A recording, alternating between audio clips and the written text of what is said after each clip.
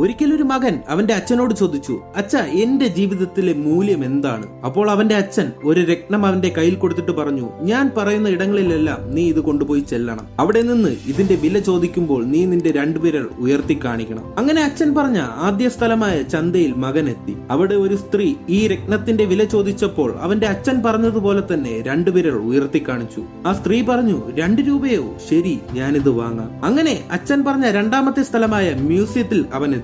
അവിടെ ഒരു മധ്യവയസ്സൻ ഈ രത്നത്തിന്റെ വില ചോദിച്ചപ്പോൾ വീണ്ടും അവൻ രണ്ടുവിരൽ ഉയർത്തി കാണിച്ചു. അപ്പോ അദ്ദേഹം പറഞ്ഞു, 2000 രൂപയോ? ശരി, ഞാനിത് വാങ്ങാം. അവിടെ നിന്ന് അവന്റെ അച്ഛൻ പറഞ്ഞ മൂന്നാമത്തെ സ്ഥലത്തെത്തി. പ്രശസ്തമായ രത്നങ്ങളെല്ലാം വാങ്ങിക്കുന്ന കടയായിരുന്നു അത്. അവിടെയും അവൻ രണ്ടുവിരൽ ഉയർത്തി കാണിച്ചപ്പോൾ ഉടമസ്ഥൻ പറഞ്ഞു, 2 ലക്ഷമോ? ശരി, ഞാനിത് വാങ്ങാം. നമ്മുടെ ജീവിതത്തിലെ നമ്മുടെ വില എന്ന് പറയുന്നത് നമ്മൾ ആരുടെ കൂടെ ജീവിക്കുന്നു എന്നുള്ളതിനെ ഡിപ്പെൻഡ് ചെയ്തായിരിക്കും. നമുക്ക് തീരുമാനിക്കാം 2 രൂപയുടെ രത്നമാകണോ അതോ 2 ലക്ഷത്തിന്റെ രത്നമാകണോ എന്ന്.